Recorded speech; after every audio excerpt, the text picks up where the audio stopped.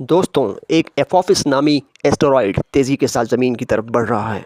अगर ये एस्टेरॉयड ज़मीन से टकरा गया तो कितनी बड़ी तबाही ला सकता है। एपोफिस एक इजिप्शियन मैथडोलॉजी से लिया गया एक वर्ड है। Roy Tucker, David Tholen, Fabrizio, ये वो तीनों नाम हैं जिन्होंने Shoemaker near Earth object grant programme के तहत काम करते हुए इस एस्टेरॉयड को डिस्कवर किया था 19 जून 2004 में। दोस्तों, क्या होगा अगर किसी जगह पर 10 से लेकर 100 न्यूक्लियर बॉम्ब बरसाए जाएं? कुछ यही हाल उस शहर का होगा जिस शहर से ये एस्टेरॉयड टकराएगा। साइंसदानों का कहना है कि अगर ये एस्टेरॉयड ज़मीन से टकराया तो ये 1000 मेगाटन्स एनर्जी क्रिएट करेगा और ये इतनी बड़ी एनर्जी होगी कि किसी पूरे एक मेट्रोपॉलिटन शहर को बिल्कुल ही ख़त्म करने के लिए काफ़ी होगी। ये एस्टेरॉयड्स 5 फुटबॉल फील्ड्स की जितना बड़ा है।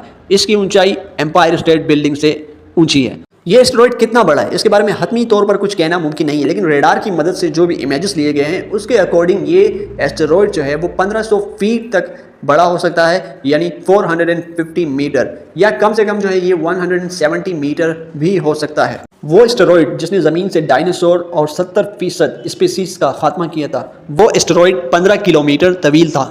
क्या ये एस्टेरॉयड वाकई ज़मीन से टकराएगा 2029 में? अभी ये एस्टेरॉयड इतना दूर है ज़मीन से जितना कि सूरज से ज़मीन तक का फासला है, उसको आप 3 गुना कर दीजिए। इतना दूर फ़िलहाल ये एस्टेरॉयड है ज़मीन से।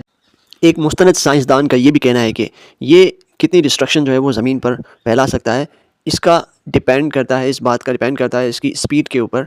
अगर ये 45,000 किलोमीटर पर हावर्स की स्पीड से ज़मीन की जानिब आएगा तो ये बहुत ही ज़्यादा जो है वो डिस्ट्रक्शन कर सकता है। उस साइंटिस्ट का कहना है कि आप अंदाज़ा लगा लीजिए कि हिरोशिमा पर जो बम गिराया गया था उसे मिलियंस ऑफ टाइम ज़्यादा एनर्जी ये क्रिएट करेगा। यहाँ एक ट्विस्ट ये है कि अभी ये जो एस्टेरॉयड है ये अनऑब्जर्वेबल है टिल 2027। जब 2027 के बाद जब ये दोबारा अपेयर होगा उसके बाद इसकी ट्रेजेक्ट्री को चेक किया जाएगा।